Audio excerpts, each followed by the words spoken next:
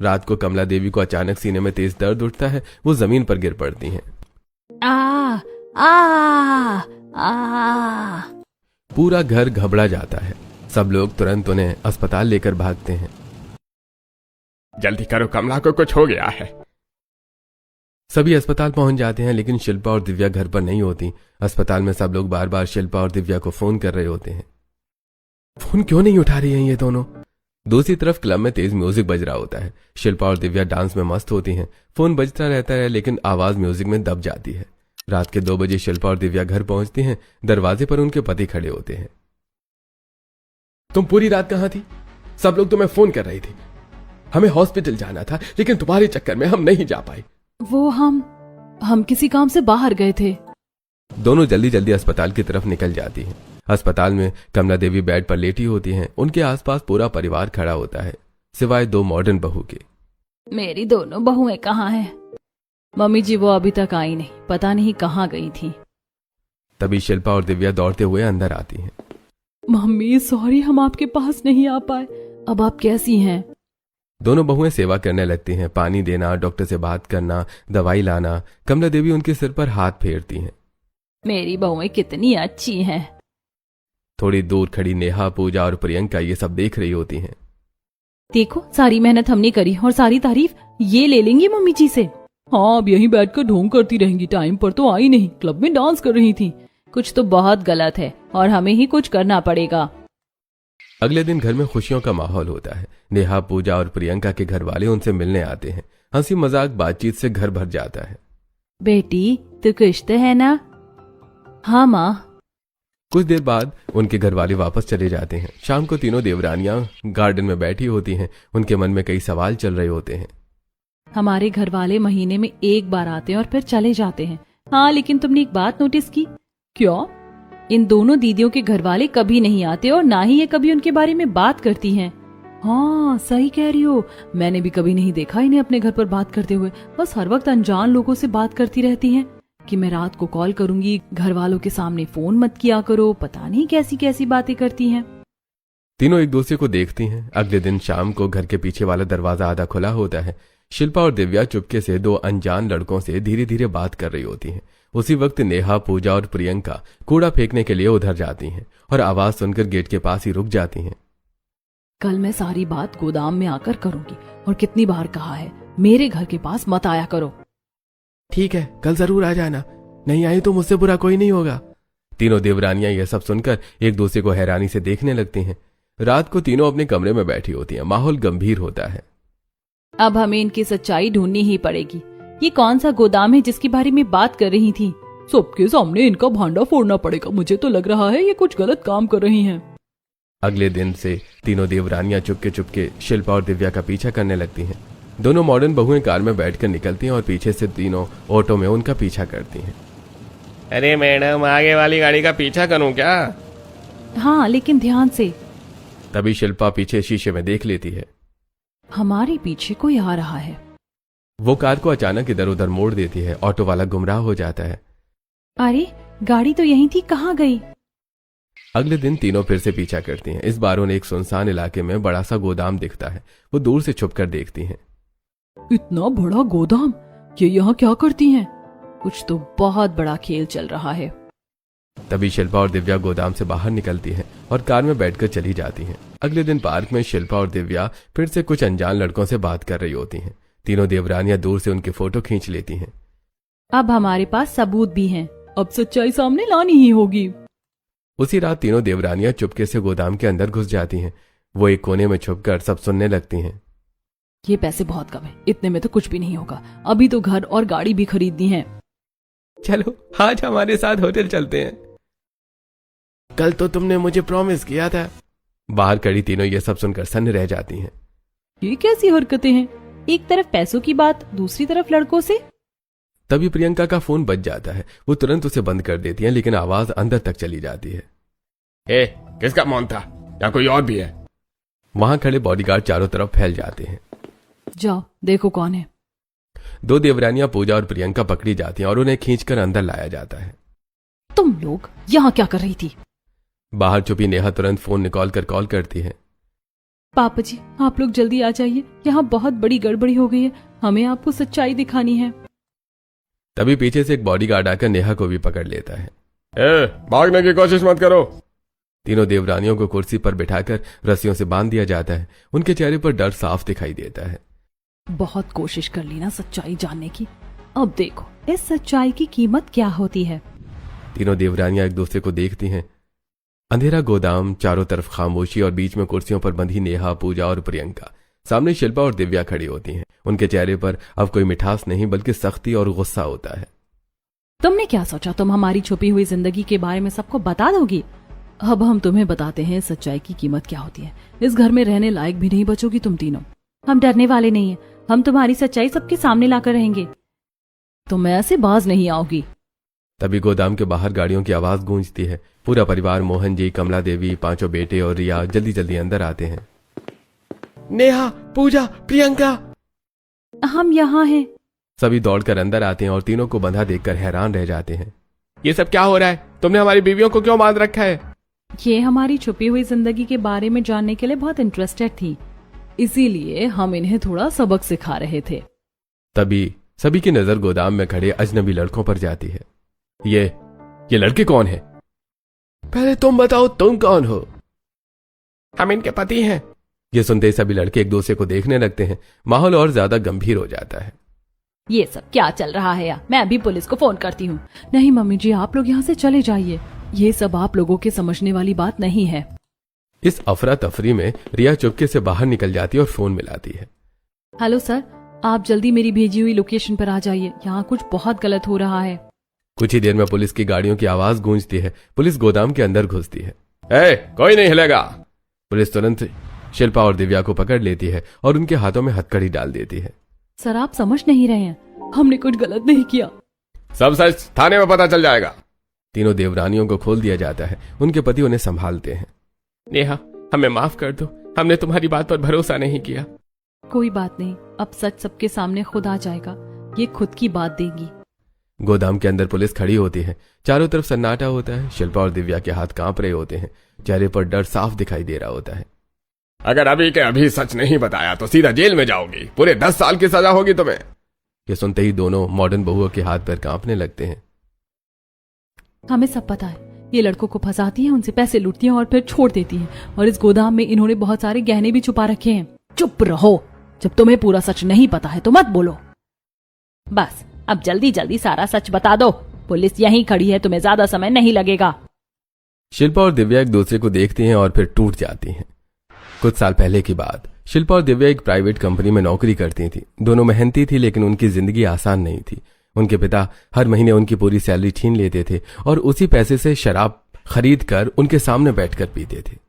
अरे पैसे दे दो, सब मेरे हैं। अपने तुम्हें पाला है और इतना बड़ा करा है, पैसे दे दो। दोनों बहनें चुपचाप अपने कुछ पैसे छुपाकर बचा लेती थी क्योंकि उन्हें पता था कि उनके पिता सब कुछ बर्बाद कर देंगे। एक रात उनके पिता बहुत ज्यादा शराब पीकर घर आते हैं। तुम लोग मुझे पैसे क्यों नहीं देती हो? वो गुस्से में अपनी पत्नी पर हाथ उठा देते हैं और गुस्से में पास रखा भारी फूलदान उठाकर उनके सिर पर मार देते हैं। बाहर खून नहीं दिखता लेकिन अंदर गहरी चोट लग जाती है। कुछ दिनों बाद उनकी माँ अचानक चक्कर खाकर गिर जाती है। मम्मी, जल्दी डॉक्टर के पास ले चलो। दोनों उन्हें अस्पताल लेकर जाती हैं। देखिए, इनके सिर में खून की बड़ी गांठ बन गई है। ये कैंसर की बीमारी बन गई है। अभी पहली स्टेज है, ऑपरेशन करना होगा। दोनों बहनों के पैरों तले जमीन खिसक जाती है। दोनों बहनें नौकरी करती हैं लेकिन इतने पैसे नहीं होते कि अपनी मां का इलाज करा सके। वो हर दिन टेंशन में रहने लगती हैं। एक दिन उनकी मुलाकात एक दोस्त के दोस्त से होती है। अगर तुम लोग एक काम कर लो तो बहुत पैसा मिल सकता है। कैसा काम? बस लड़कों को फंसाना है, उनसे पैसे लेना है। एक बड़ी गैंग है, तुम भी उसमें शामिल हो जाओ। ये गलत है। इतना भी कुछ गलत नहीं है, तुम्हें सिर्फ पैसे चाहिए ना। दोनों बहनें एक दूसरे को देखती हैं। हम अपनी माँ के लिए कुछ भी कर सकते हैं। उसी दिन से दोनों बहनों की जिंदगी बदल जाती है। वो इस गलत रास्ते पर चल पड़ती हैं। लड़कों को फंसाना, पैसे लेना और धीरे धीरे इस गैंग का हिस्सा बन जाना। समय के साथ शिल्पा और दिव्या के पास इस गलत काम से बहुत ज्यादा पैसा आने लगता है। उनका घर बदल जाता है। महंगे कपड़े, अच्छा खाना और हर सुविधा। एक दिन अस्पताल में उनकी माँ का ऑपरेशन सफल हो जाता है। बेटा तुमने इतने पैसे कैसे कमा लिए इतनी जल्दी, और मेरी 1 लाख की सर्जरी भी करवा दी। मम्मी आप टेंशन मत लो, पैसों की चिंता छोड़ दो। अब आपको पापा के पास जाने की कोई जरूरत नहीं है, हम आपका सारा खर्चा उठाएंगे। माँ भावुक होकर दोनों को गले लगा लेती है, लेकिन उन्हें सच्चाई का पता नहीं होता। धीरे धीरे दोनों बहनें इस काम में और गहराई तक उतर जाती हैं। रात को क्लब में जाना, अमीर लड़कों को फंसाना, उनसे पैसे और महंगे गिफ्ट लेना, फिर एक शहर से दूसरे शहर भाग जाना, ये सब उनकी आदत बन जाती है। शुरू में ये सब उन्होंने मजबूरी में किया था, लेकिन अब उसमें लालच भी जुड़ चुका होता है। एक दिन उनकी माँ को किसी तरह उनकी इस गलत जिंदगी के बारे में सब पता चल जाता है। ये क्या कर रही हो तुम दोनों? मैंने तुम्हें ऐसे संस्कार दिए थे? मम्मी हम तो बस, तुम्हें मेरी कसम है, अगर तुमने ये गलत काम नहीं छोड़ा तो मैं तुमसे कभी बात नहीं करूंगी। दोनों बहनें एक दूसरे को देखती हैं। मम्मी हम कसम खाते हैं, अब ये काम छोड़ देंगे। कुछ समय बाद उनकी शादी हो जाती है। वो नए घर में आ जाती हैं, लेकिन उनका काम पूरी तरह बंद नहीं होता।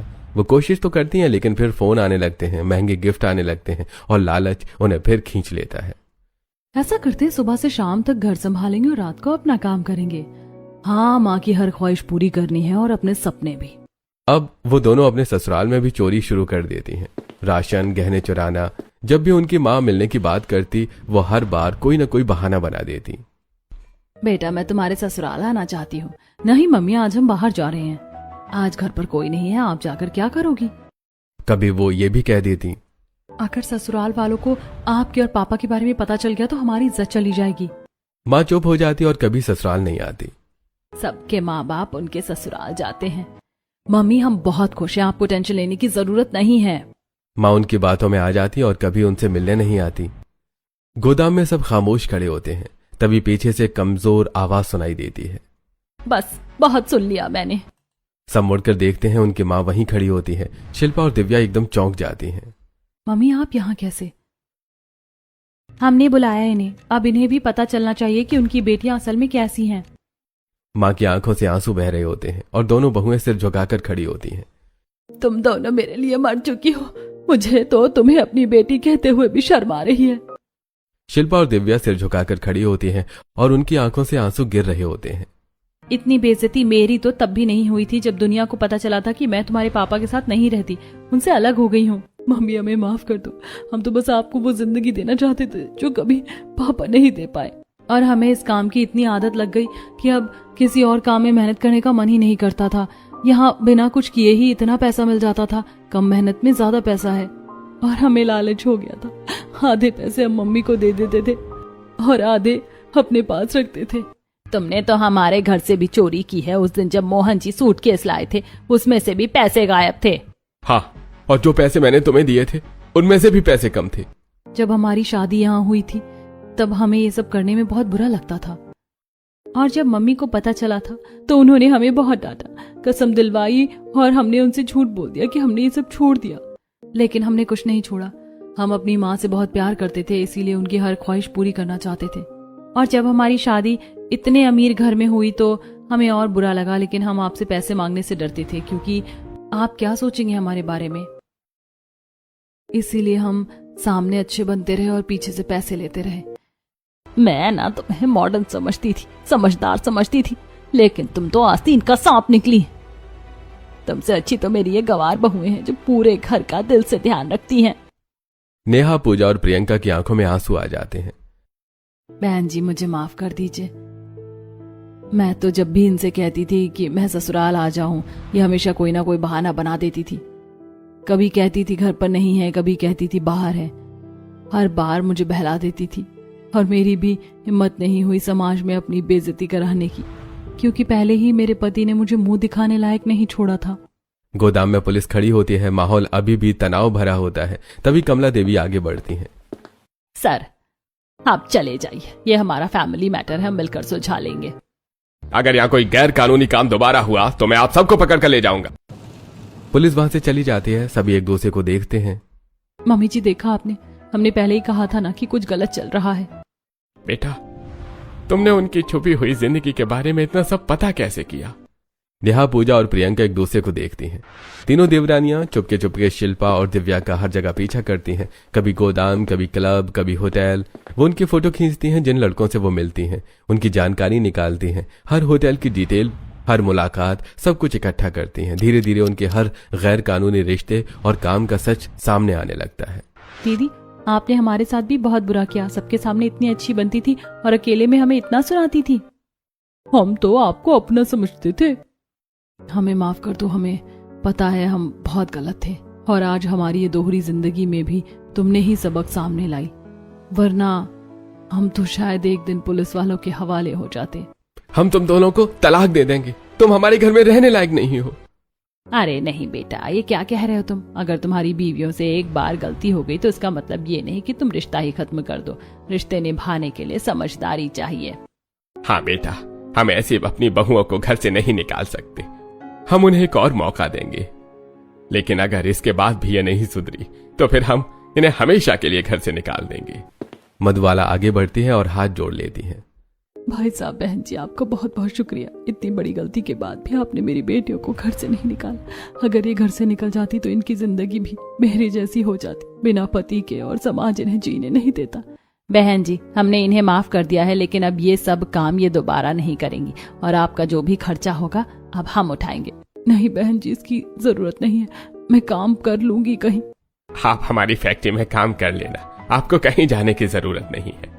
शिल्पा और दिव्या रोते हुए अपने सास ससुर के पैरों में गिर जाती हैं। आपका बहुत बहुत शुक्रिया, आपने हमें माफ भी कर दिया और हमारी माँ को सहारा भी दे दिया। आपसे बड़ा दिल वाला इंसान इस दुनिया में नहीं हो सकता।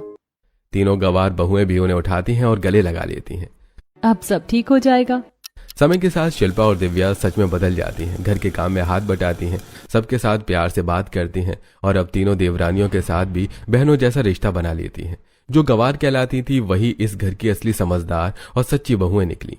छुपी हुई जिंदगी का सच सामने आया और उसी सच ने पूरे परिवार को टूटने से बचा लिया। क्या आपको लगता है कि एक बार गलती करने वाले इंसान को